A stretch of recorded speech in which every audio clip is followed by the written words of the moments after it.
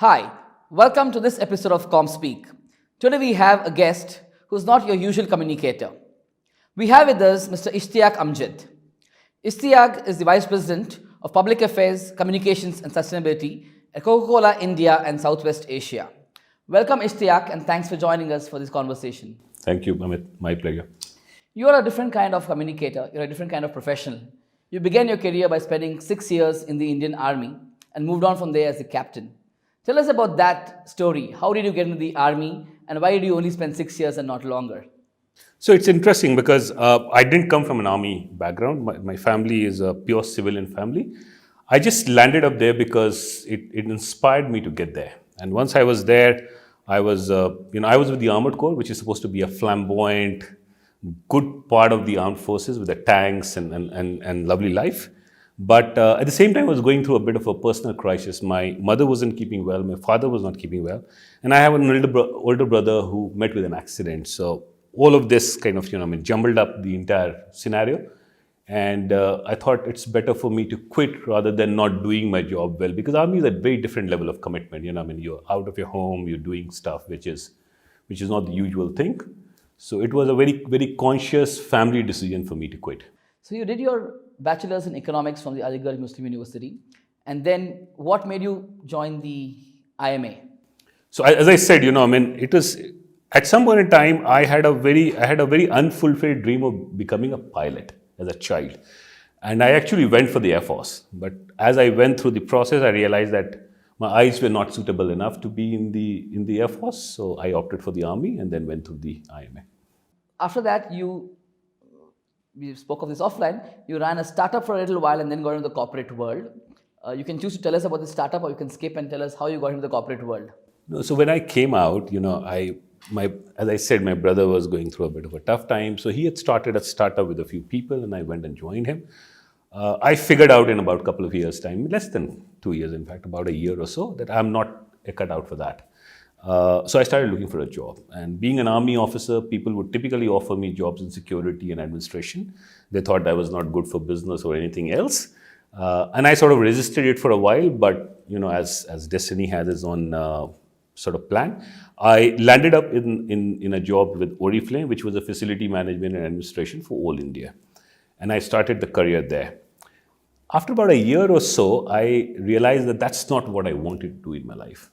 But you are hired to do some work and you are supposed to do that work. So I went to the MD there, who was a sweet guy at that point in time, and had a very honest conversation with him. It was actually very interesting because by then I had figured out how all of this would work. And I knew that because administration and facilities are cost center, I would never have the respect that a business guy gets it. So I actually worked out on a plan with him saying that, look, I want to turn this cost center into a profit center. And I actually presented that plan to him, which was to him an eye-opener. He said, I never thought somebody can think like that. And he gave me 1 year. So he said, okay, if you can really implement all of this and you save money and you make money, I'll allow you to do something else if you want to do something else. And that around that time, they were just acquiring, there was a small manufacturing plant they had in Noida. They were acquiring that and they needed a little bit of a government relations work there with excise and all of those stuff. So I started to work into that. That was my first foray into a government relations job. And that's when SR had come out with a full page ad. Old days, the Times accent, right. This thing, when you have a full page ad of corporate affairs people, right from director to the manager corporate affairs were needed in Delhi office of SR Group. So I was applying for that role and I still remember that. It's a very interesting anecdote. So when I was applying for that, I actually applied for manager corporate affairs because I was a manager administration there. So my wife looks at me and she says, I think you can do better. Why don't you apply for the DGM role? So I said, okay, I applied for the DGM role. As luck would have it, they called me for an interview and the interview really went very well. So the guy sitting across the table who went on to become my boss, he said, have you applied for general manager or deputy general manager? So I said, sir, DGM. So they hired me as DGM. I came back home and I told my wife, I said, they were even asking me, did you apply for general manager? So that was my first time, professionally, many of us are very conservative about ourselves. So she actually told me, she said, you need to know your worth. And then you spent some time in SR. from SR to HCL. HCL. Tell us about that. Why did you change and what did you do at HCL, which was a hardcore corporate affairs job? HCL at that point in time was actually looking to set up the entire corporate affairs practice. So I had a conversation with the founders of HCL, Mr. Ajay Chaudhary. I also met Mr. Nadar and a couple of other folks. And it worked out very well. So I sort of, and that was a time when HCL Corporation was trying to look at both these works of HCL Infosystems as well as HCL Technology and combine the two in terms of external outreach, especially with the governments and policy. So I established that and started to lead that practice. And that's when Cargill happened. So I moved to Cargill. And that was a short stint. In fact, HCL was about a year and a half or so. Right. And then you spent some time in Cargill, India, and then overseas as well. Yes. Right? So I worked for Cargill in India for almost like 4.5 years or so, 4 years plus. And then I went to Singapore and did about 2.5 years or so. Right. And that's when Coke happened and I came back here. So a lot of our viewers are either communication professionals or young students aspiring to get into public affairs, public relations. For their sake, can you just explain the difference between corporate affairs and public affairs? Is there a difference? If there is none, why do people call it corporate affairs and public affairs? It's just the nomenclature. It's just the nomenclature. You see, the reason why it is... so if you really look at the corporate affairs as a practice, or we have a ministry here, which largely governs the corporate practices of the corporate world. Right. So there are a lot of people who actually align to that and call it corporate affairs. Public affairs is a lot about public advocacy, policy advocacy, and public relations, and a whole lot of these things combined. So you spent some time with Cargill in India and then Cargill in Singapore. And then there was a lot of hype and news that, Coca-Cola India is getting a new public affairs leader. And there was an incumbent then who was moving to a P&L role, about whom some of you would have seen on an episode prior to this as well. So tell us about how that move from Singapore to India happened again. So I was settling in Singapore with my 2 young boys and my wife, and I get a call from India with one of the headhunters. They said there's an opening, there's an opportunity in Coca-Cola in India and Southeast Asia. Would you like to consider that? Now, for me, Coke is one brand which has been extremely close to my heart. Not because I work for Coca-Cola, but it's a brand that I've always admired. In Cargill, we used to service Coke because Coke was one of the customers. And I looked up to Coke as a customer and as a brand. So it was... I want to just tell the viewers, don't get confused because it's Army man is talking of Cargill. That's the different Cargill, that's the right. agro science company. Cargill, not Cargill. That's the food company, and the other Cargill is with K, which is where we fought the battle. So this was an opportunity which was extremely irresistible, right. And because Coke was so close to my heart, I said, let's give it a shot. Was it hard to leave Singapore and come back to Gurgaon and Haryana and India? Ask my wife and the 2 kids. I think. To be fair, it was hardest for my family, and I really, I can't thank them enough that they always took the plunge for my sake. So you spent about 20 years now after the army in 5 corporate organizations, mostly in India, some bit in Singapore, and you've worked on multiple public affairs campaigns. Tell us 1 or 2 of those campaigns, either from your current job or from your previous job, that really stood out for you, those that are in the public domain you can talk about. You've introduced me as an unusual communicator, and I'm an unusual communicator, and I take a lot of pride in that. You'll be surprised, I've never ran any campaign. I don't take credit for any campaign that has ever happened for any organization. What I did in my entire life is to bring a lot of things together and connect the dots. For example, when I was in Cargill, we used to work on food security. Now, food security is a very vast subject. So what we did is we brought something under one umbrella. It's called Nourishing India. Because the purpose of Cargill at that point in time was to nourish the world. Nourishing India was a lot about fortification for micronutrient deficiency. It was about creating food banks. It was, using trade to connect the surplus to the deficit, and therefore creating all sort of food security, creating the food security for those who were food insecure. Every communication that we did around that was basically focused on that idea. Okay, so I didn't run any campaign. It was a collective business initiative. If I look at a couple of those campaigns in India, for example, we started the fruit circular economy. It's a business initiative. It's about working with the farmers of India, fruits of India, creating demands because we are a consumer brand company, Coca-Cola, and then connecting it back to the farm. This is a business initiative. Everything that came out of it in terms of campaign communications, TVCs and all of that is an outcome of that, and I played a very small role in that.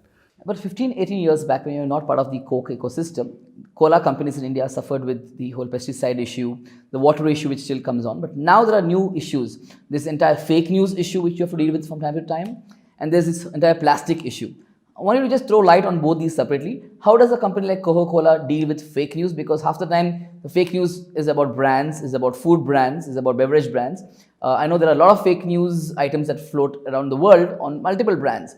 So how do you all deal with it when there's a fake news? It's actually very interesting. So I'll go step by step. Yeah. So you started with the pesticide.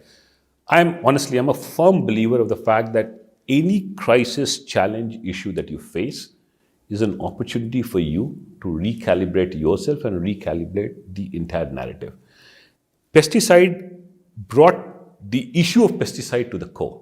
Right. We were the victims, or we were the platforms through which all these communications happened. Well, a lot has happened from then to now on the issue of pesticide because they existed in our ecosystem. Right. Similarly with plastic, almost in last couple of years, there have been occasions when there's been news in the media that plastics will be banned and Maharashtra banned it and all of that. What it did is brought the conversation of plastic at the center stage, which to my mind is a great opportunity, because at the end of the day, whatever we say, we all consumer and citizen of this planet. If plastic creates problem, it doesn't create problem for Coca-Cola, it creates problem for the entire planet, right? So whenever there's an issue, it gives us an opportunity to bring a whole lot of things together. Now, coming back to fake news, at the end of the day, I have always said this, why do we have fake news so prevalent in our society? It is basically because it caters to people's biases.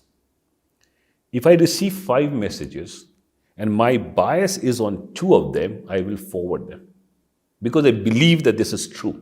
So the real way of dealing with fake news is to actually really dealing with those bigotries and those biases. And I'm using these 2 words very carefully, and it's nothing to do with just one ideology versus the other.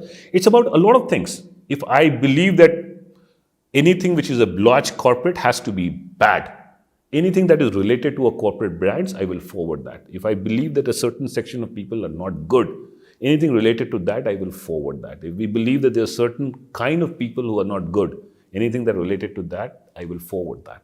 So it's inherently the biases in our own minds and our own hearts that really gets catered by the fake news. It's a larger problem, but I think what is important for brands like us is to stay the course of communication. Yeah, we'll go back from some serious talk to something that's more less serious. You refer to your wife and kids a couple of times. Tell us, what do you do as a family, as an individual, to unwind and take some time off from your crazy life at work? It's interesting. I'm a sports person, so I do play a little bit of sports with my children. What do you play? These days I'm playing tennis. I'm a good learner. I didn't grow up in India where tennis was a very prevalent sport. So now that I have the luxury of having an access to a tennis court or rackets and everything, I learned this sports about 4 or 5 years back, and I'm reasonably good in that. Not very good, but good enough to beat my 2 boys once in a while. So let's put it that way. I listen to poetry quite a lot. I love to read. Now that my children are growing up, they have very serious arguments with me on variety of issues.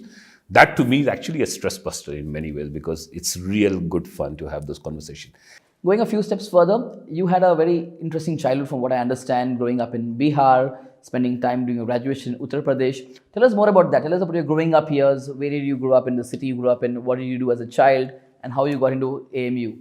So I grew up in Ranchi. In undivided Bihar, that was. Undivided Bihar, now the capital of Jharkhand. So Ranchi is a very interesting place because it is extremely industrial. So my father was working for a public sector unit called Heavy Engineering Corporation. So we lived in a township. Now, township life in those days was very different because it was very competitive and extremely enriching in terms of education and insights and intellect, because, that was the only thing that would differentiate between one person to the other. And I actually went to a school which was outside in the town, which was an Urdu medium school, almost like I wouldn't call it a madrasa, but it was almost like an Urdu and Persian medium school. So here I was living a part of my life in the township with all these missionary school going, English-speaking kids, and studying in an Urdu medium school, and where it was not surrounded by the similar kind of sort of a gentry. So to managing these two extremes as a child is something that has shaped me to become the person I am. I have friends who went to AMU back in the 80s, 90s, and I think the university was then a very quiet place of learning. In the last few years, given all the politics that there is, it's become a lot of controversial in some ways or the other. So tell us about your days in the university. I think we lived in quieter days in general. Right. It is not specific to AMU or any place. Sure. I think we lived it at a time when a lot of things were very quiet. It was politically very, very active and very conscious even those days. We would have very serious debates around, say, Iran-Iraq war, okay? Or the work that's been done, the entire transition from GATT to WTO or stuff like that. So those kind of intellectual discussion and discourse were still there at that point in time.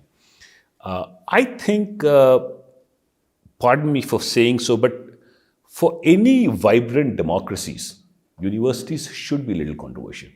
They need to be a little controversial, because if they follow the same prescribed format of society, right, we are not producing good people. They must challenge you.